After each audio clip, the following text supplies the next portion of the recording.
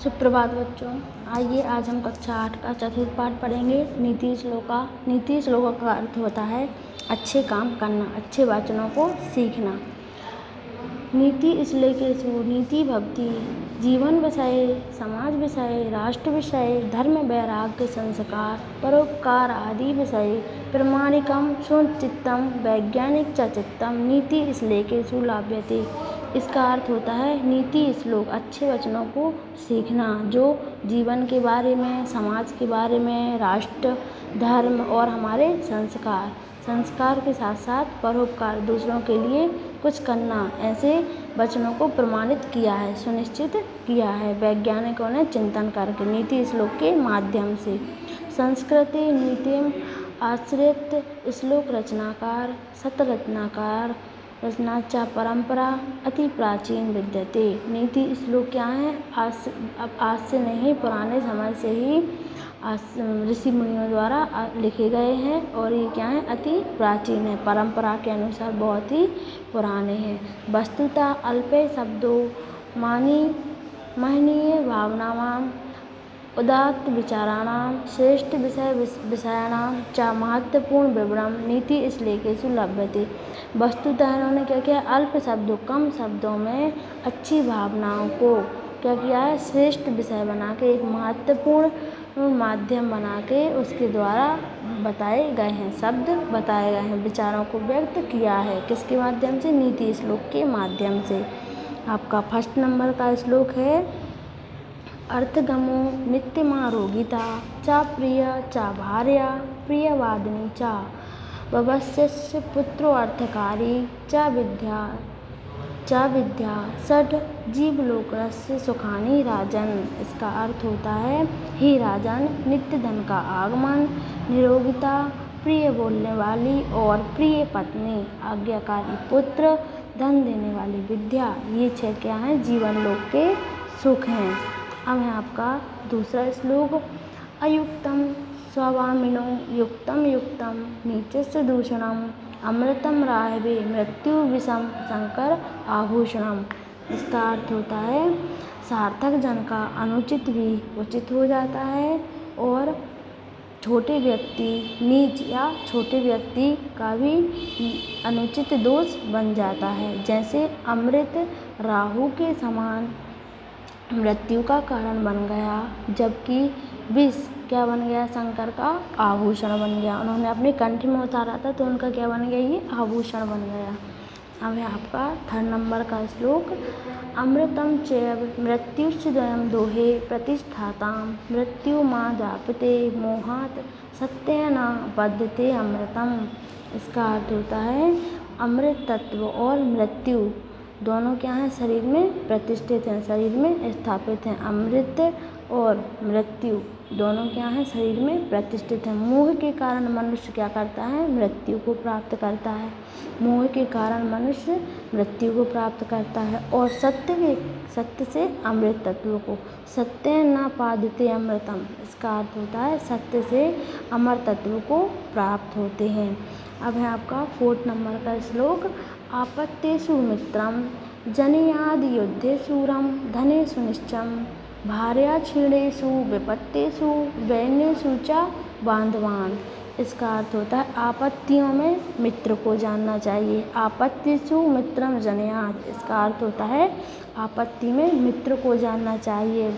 युद्धे शूरं धनेषु निश्चं, युद्ध में वीर को जानना चाहिए। युद्ध जब होता है तो उसमें वीर को समझना चाहिए कि ये कितना योद्धा है। धन में पवित्रता आनी चाहिए। धन में क्या आनी चाहिए? पवित्रता आनी चाहिए। धन के नष्ट हो जाने पर, जब व्यक्ति के पास धन नहीं बचता, धन खत्म हो जाता है, तो किसको जानना चाहिए? पत्नी को जानना चाहिए कि पत्नी उसका साथ देती है या नहीं देती है। भार्या क्षीणेषु विपत्ति, भार्या मीन्स होता है पत्नी। क्षीणेषु मतलब कि जब धन नष्ट हो जाता है। विपत्ति मतलब कि समस्या का दिन, विपत्तियों से भरा हमारा दिन हो। विपत्तिषु वैन्येषु च बांधवा, विपत्तियों में बंधुओं को जानना चाहिए। बंधुओं को, हमारे जो सगे संबंधी हैं, मित्र हैं, उनको विपत्ति में जानना चाहिए। अब है आपका फिफ्थ नंबर का श्लोक कितने नंबर का श्लोक है? आरोग्य आपते शिला शैले यत्नेन महता यथा निपत्येत क्षीणे नदा तदात्मना गुण दोषियो। इसका अर्थ होता है जिस प्रकार पहाड़ पर बड़े प्रयास से शिला चढ़ाई जाती है, जिस प्रकार पहाड़ पर बड़े प्रयत्नों के बाद शिला चढ़ाई जाती है, जबकि क्षण भर में वह क्या होती है, नीचे गिर जाती है। कठिनाइयों के बाद शिला को, पत्थर को हम कहाँ चढ़ाते हैं? पहाड़ पर चढ़ाते हैं, और वो पल भर में क्या होता है, नीचे गिर जाता है। उसी प्रकार गुण और दोषों की विशेषता होती है। उसी प्रकार क्या होती है, गुण और दोषों की विशेषता होती है, जो बड़े प्रयासों के बाद ग्रहण किए जाते हैं। गुणों को क्या करते हैं हम? बड़े प्रयासों के बाद ग्रहण करते हैं, जबकि दोष जल्दी से अपने अंदर आ जाते हैं। ये तो निश्चित ही है कि व्यक्ति को गुणों को ग्रहण करने में समय लगता है और दोषों को ग्रहण करने में समय नहीं लगता, ये जल्दी से आ जाते हैं। अब है आपका 6 नंबर का श्लोक। उद्योग नास्ति दरिद्रम ताप्तो नास्ति पातकम मौनो चा कलौ नास्ति जगरीते भयम। इसका अर्थ होता है उद्यम करने पर दरिद्रता नहीं रहती, उद्यम करने पे दरिद्रता नहीं रहती, और तप करने से पाप नहीं रहता, मौन रहने पर कलह नहीं होती। मौन मतलब कि चुप रहने से, कलह मतलब कि लड़ाई नहीं होती। यदि आप चुप रहोगे तो लड़ाई नहीं होगी, तो मौन रहने पर कलह नहीं होता, और जग जाने पर डर नहीं रहता। किसी चीज़ का यदि हमें भय है और उसको हम बार बार करके देखते हैं तो हमारा भय क्या हो जाता है, दूर हो जाता है, तो जग जाने पर डर नहीं रहता। अब है आपका 7वां श्लोक। कि छिद्रम को नु संगो में किम वत्सा बिनी पतिताम कुतो माश्रिद्येत दोषा इति नित्यम विवेचित्यम। इसका अर्थ क्या होता है? क्या बुराई है, कौन सी आसक्ति है व्यक्ति के अंदर, क्या बुराई है, कौन सी आसक्ति है, मेरी कौन सी वस्तु आपतनशील है, मुझ में दोष कहाँ से आते हैं, इन बातों का नित्य हमें चिंतन करना चाहिए। रोज़ हमें सोचना चाहिए कि हमारे अंदर क्या बुराई है, क्या हमारी आसक्ति है, मेरी कौन सी ऐसी वस्तु है जो आपतनशील है, मतलब कि हमारे अंदर से नहीं जा रही है, हमारे अंदर कौन सा दोष है, ये कहाँ से आते हैं। इन सब बातों का हमें रोज़ मनन करना चाहिए, और चिंतन अपने अंदर सोचना चाहिए, बैठ के नित्य प्रति रोज़ करना चाहिए। अब है आपका 8वें नंबर का श्लोक। गुणेषु क्रियांताम यत्ना किमाटोपौ प्रयोजनम गुणेषु क्रियांत्यत्ना किमाटोपौ प्रयोजनम विक्रियांतेन घटा विर्गवा क्षीर वर्जिता। इसका अर्थ क्या होता है? इसका अर्थ होता है गुणों के ग्रहण करने में प्रयत्न करना चाहिए। गुणों को जब हम ग्रहण करते हैं, अपने अंदर लेते हैं, तो हमें बहुत प्रयत्न करना चाहिए। बाहरी आडंबर का कोई महत्व नहीं। यदि हम कुछ सीखते हैं तो उसको हमारे मन में उतार लेना चाहिए, ना कि दिखावा करना चाहिए। केवल घंटा लटका देने से दूध से रहित दूध ना देने वाली गाय बिकती नहीं। उसके गले में सिर्फ ये घंटा, इसमें उदाहरण दिया हुआ है, विक्रेंते ना घंटा विर्गवा क्षीर भी वर्जते। इसका अर्थ होता है कि केवल घंटा लटका देने से दूध ना देने वाली गाय बिक नहीं जाती। जो गाय दूध नहीं देगी उसको आप दिखावा कर दोगे तो वो बिक नहीं जाएगी, क्योंकि उसकी सत्यता क्या है कि वो दूध नहीं देती। इसी तरह हमारे अंदर है, यदि हम गुणों को ग्रहण करते हैं तो उसको पूरी तरह हमारे जीवन में उतारना चाहिए, ना कि हमें बाहर का दिखावा करना चाहिए। बाहर का दिखावा नहीं करना चाहिए। अब है आपका 9वें नंबर का श्लोक। निर्धनस्य विषम भोगे निस्तब्यम विषम रणम निर्धनस्य विषम भोगे निस्सत्यस्वयं विषम रमण अनाभ्यसे विषम शास्त्रम अर्जिनो भोजनम विषम। इसका अर्थ होता है निर्धन के लिए विषय भोग विष बन जाता है। निर्धन के लिए विषय भोग क्या बन जाता है? विष बन जाता है। असक्त के लिए युद्ध विष बन जाता है। अब यदि कोई व्यक्ति निर्धन है तो उसके लिए खाना है, जो खाने के लिए जो पैसा इकट्ठा करता है वो तो उसे विष के समान होता है, क्योंकि वो निर्धन है। कठिनाइयों से उसका सामना कर रहा है और अशक्त के लिए युद्ध विष बन जाता है। जो व्यक्ति युद्ध करने में सक्षम नहीं है उसके लिए युद्ध विष के समान दिखाई देता है। अभ्यास न होने पर शास्त्र विष बन जाता है। यदि हमारा अभ्यास नहीं होगा, यदि हमारे अंदर पढ़ाई नहीं होगी तो हमें जो शास्त्र हैं हमारे बुक हैं, जिसमें उदाहरण शास्त्रों का दिया है, बुक है हमारी, ये हमें विष के समान लगेगी। और अपच होने पर भोजन विष के समान लगेगा। यदि हम ज़रूरत से ज़्यादा खा लेते हैं, हमारे अंदर अपच होने लगता है, तो भोजन हमें क्या लगता है, विष के समान लगता है। तो ये आपके श्लोक कंप्लीट हो चुके हैं। इसके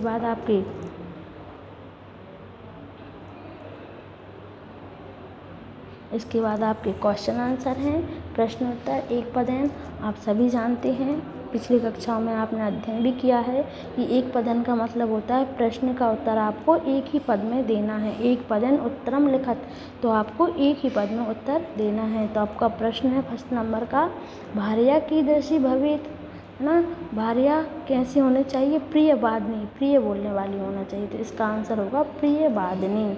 क्या होगा इसका आंसर, प्रिय वादिनी। अब है आपका ख नंबर का प्रश्न। ख नंबर का प्रश्न है आपका, विद्या कीदृशी भवेत्, तो विद्या कैसी होनी चाहिए, विद्या कीदृशी भवेत्, विद्या कैसी होनी चाहिए, अर्थकारी, ना, अर्थकारी होनी चाहिए विद्या। ग नंबर का, युक्तम निश्चित से किम भवति, नीच का युक्त क्या होता है, तो दूषणम। इसका आंसर आ जाएगा आपका दूषणम। अब है आपका घ नंबर का, मनुष्य मृत्यु कथम अध्यापते, मित्र को कब जानना चाहिए, मनुष्य मृत्यु को कैसे प्राप्त करता है, मनुष्य मृत्यु कथम अध्यापते, मनुष्य मृत्यु को कैसे प्राप्त करता है। तो ये मोह के कारण, व्यक्ति को जब मोह होगा तो मृत्यु की ओर जाता है, ये आपने श्लोक में पढ़ा है ना। अब है आपका ड नंबर का, मित्रम कदा जनेयात्, मित्र को कब जानना चाहिए, आपत्ति के समय, मित्र को कब जानना चाहिए, आपत्ति के समय। अब है आपकी एक वाक्य क्वेश्चन आंसर। तो एक वाक्य आप जानते हो, आपको पूरा लिखना है। फर्स्ट नंबर का प्रश्न है आपका, अर्जुनो विषम किम, अपच होने पर क्या विष बन जाता है, तो इसका आंसर होगा अर्जुनो भोजनम विषम, अपच होने पर भोजन विष बन जाता है।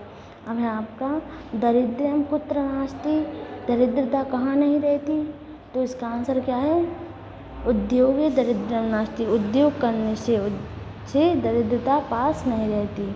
ग नंबर का है, मानवा नित्यम किम विवेचयात्, इसका अर्थ क्या होता है, मनुष्य को क्या सदैव सोचना चाहिए। अभी पढ़ा है अपन ने, मनुष्य को क्या सोचना चाहिए प्रतिदिन, तो इसका आंसर क्या है, मानवा किम छिद्र कह संग किम अविपिन पत्ति तुम इति नित्यम विवेचनम, मनुष्य को क्या दोष है, क्या आसक्ति है, क्या आपतनशील है, इसका नित्य चिंतन करना चाहिए।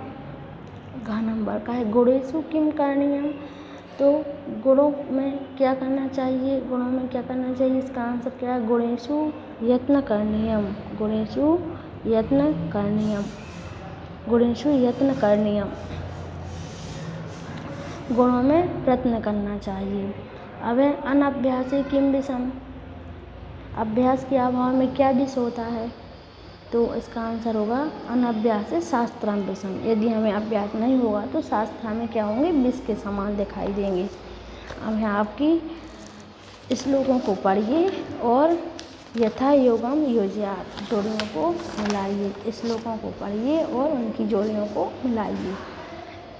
फर्स्ट नंबर का है, मृत्यु म जाप्ते मोहात्, इसमें आएगा सत्येन न जाप्ते मृत्याम, गुणेषु क्रियांता यत्ना, इसमें आएगा किमा टॉपौ प्रयोजनम, अनभ्यासे विषम शास्त्रम, तो अर्जुनो भोजनम विषम।